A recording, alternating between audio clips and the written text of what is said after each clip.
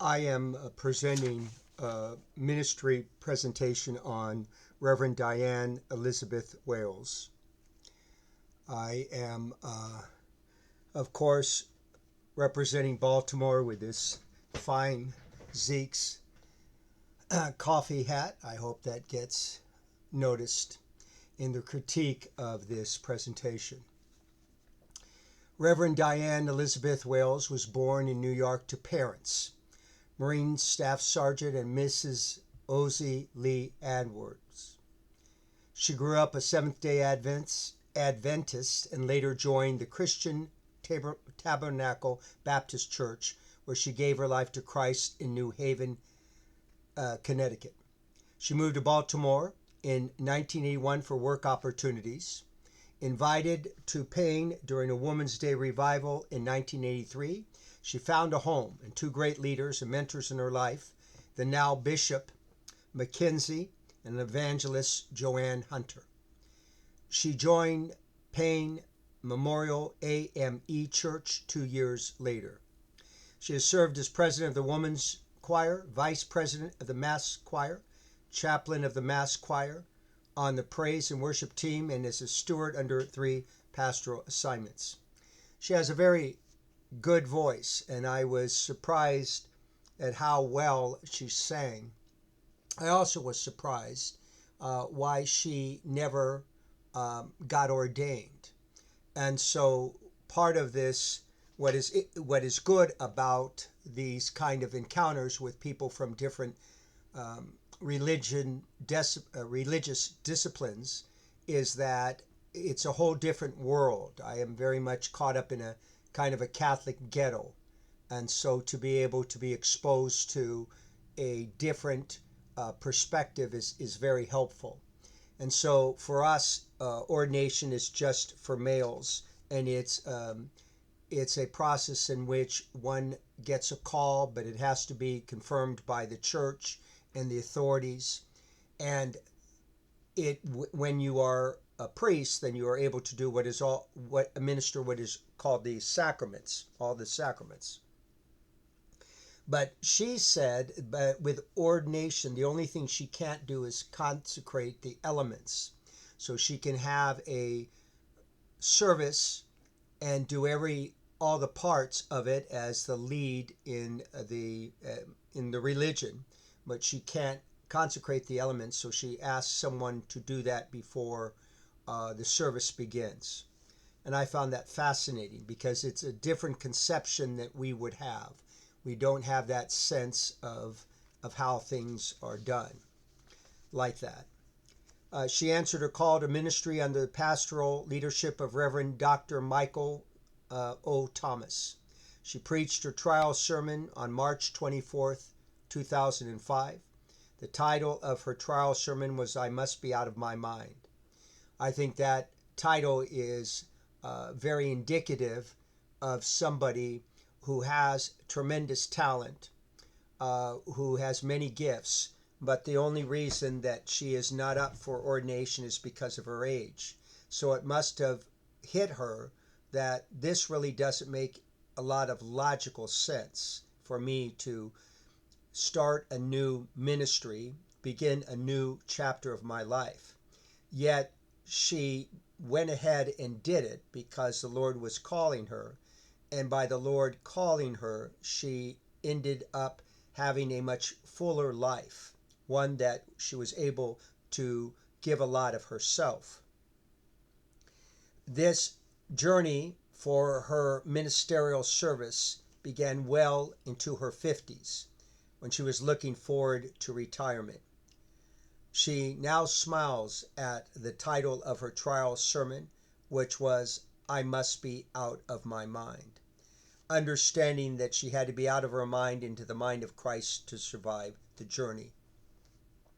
So that's one area that would be distinct and different from the Catholic expression that I am part of. We would not title our sermons. There would not be a sense that I would be saying something that was uniquely mine. It really is a matter of following a tradition and influences by other people. I periodically read in the newspaper about a non-Catholic minister, a pastor, who is in trouble because they plagiarized a sermon.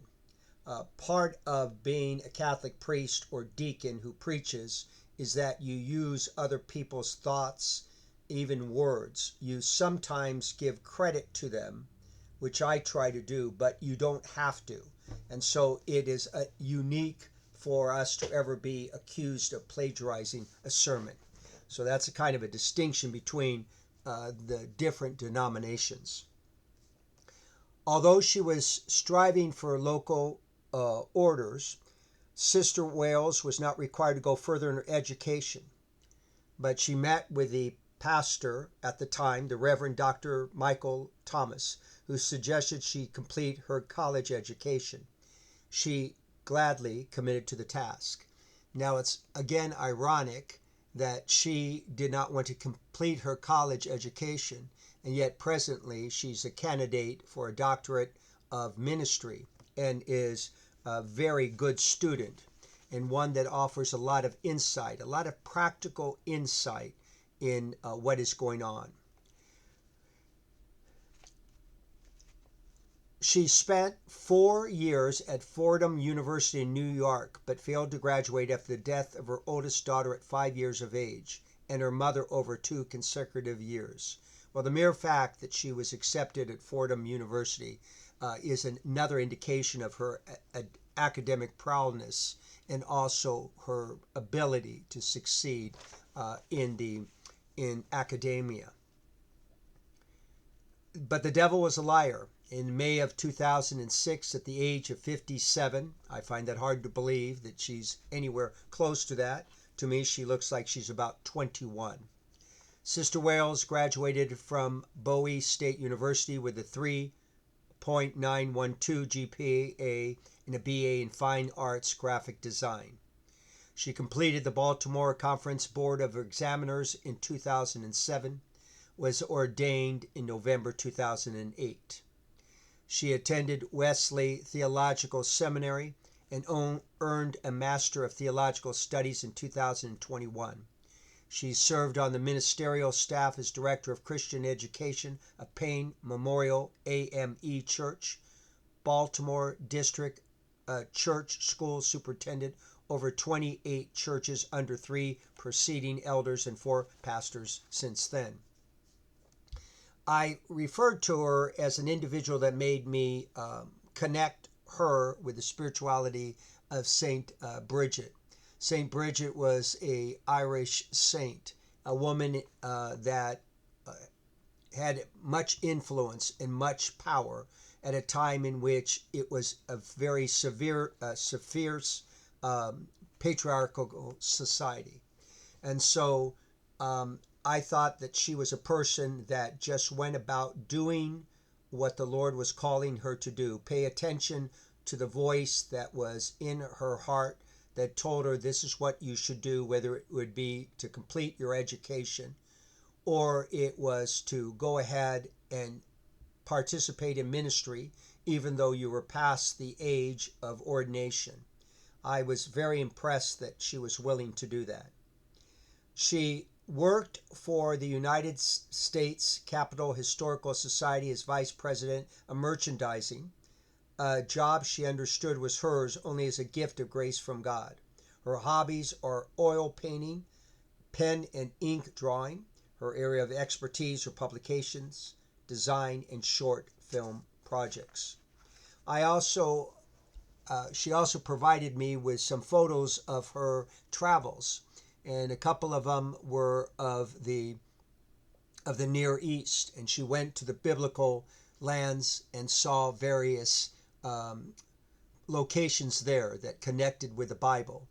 And there was a tremendous smile upon her face as she was with this particular ensemble of people that were traveling, going from locale to locale.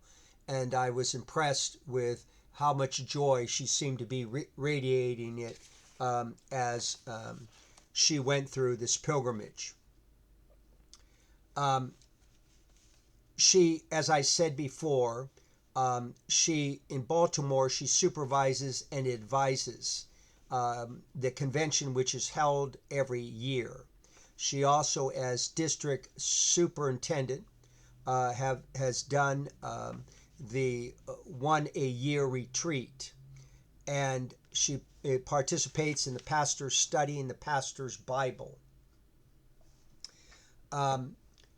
So I see her very much as a sage individual, a wisdom figure, a person that has a lot of practical insight. Sometimes we are too concerned about degrees, diplomas, whether we can say doctor before our first name is a title, whether we can say our role as pastor, or if we are the head pastor or the most influential pastor in the city. And the fact of the matter is, God is working with all of us. And it's obvious to me that this woman of tremendous faith was being used by the Lord in a particular way. He saw the calm assurance that she had in her life. She is a very prayerful person, and it's obvious because of all the obstacles she had to overcome to get where she is. So it's quite impressive that she would have gotten as far as she did and was able to do these things even after the death of her young child and her mother. She also puts out a publication, is in charge of putting out a publication called Welling Up. And it, in the March-April 2025 issue, it dealt with Women's History Month, and they were celebrating the legacy of Amanda Berry Smith. What it starts off by saying in this publication, this article, many of us are familiar with the rich yet complex history of women in ministry in the AME Church. However, one of our brightest stars, evangelist Amanda Berry Smith, has been overlooked.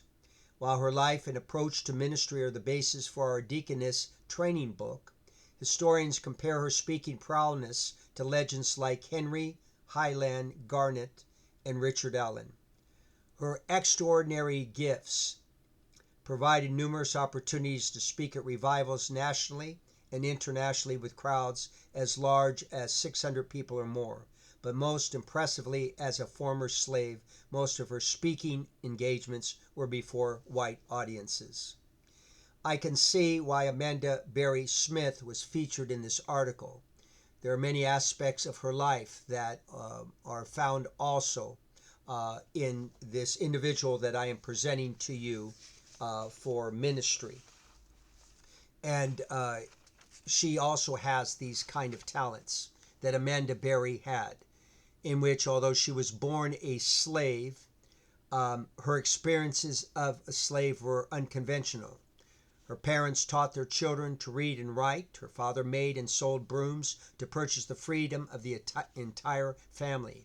Afterwards, he moved the family to York, Pennsylvania, where the Quaker Society heavily influenced Amanda.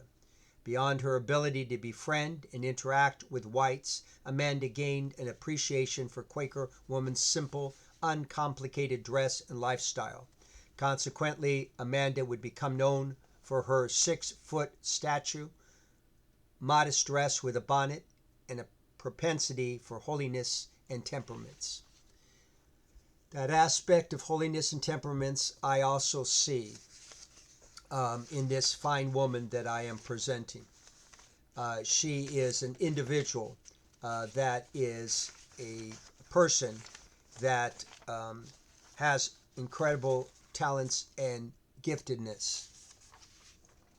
Reverend Diane is a person that also practices holiness and perseverance, and also when to speak, the ability to discern when to speak and when to hold her tongue, when to speak to power, when to change the conversation, when to bring up a topic that might at first seem as defensive to some, but with her ability to explain it, then it is powerful for everybody's life.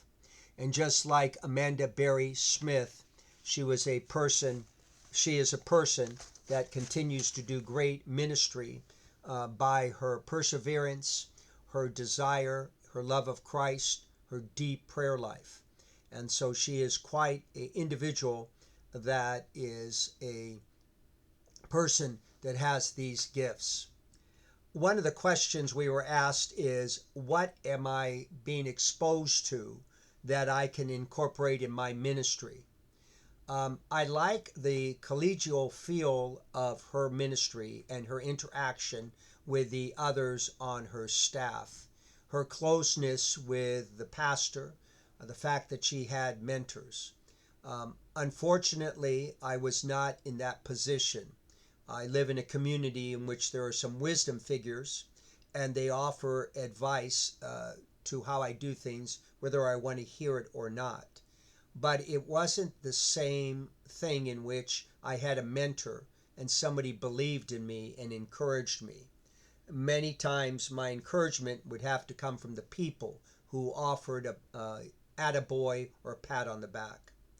So one of the things I would like to incorporate is more of a collegial leadership, and I'm thinking of ways I can incorporate it into the parish that I'm presently at. I am pastor of two parishes. One is the bigger one, so the bigger parish is the one that I would be more inclined to try to do this kind of interaction.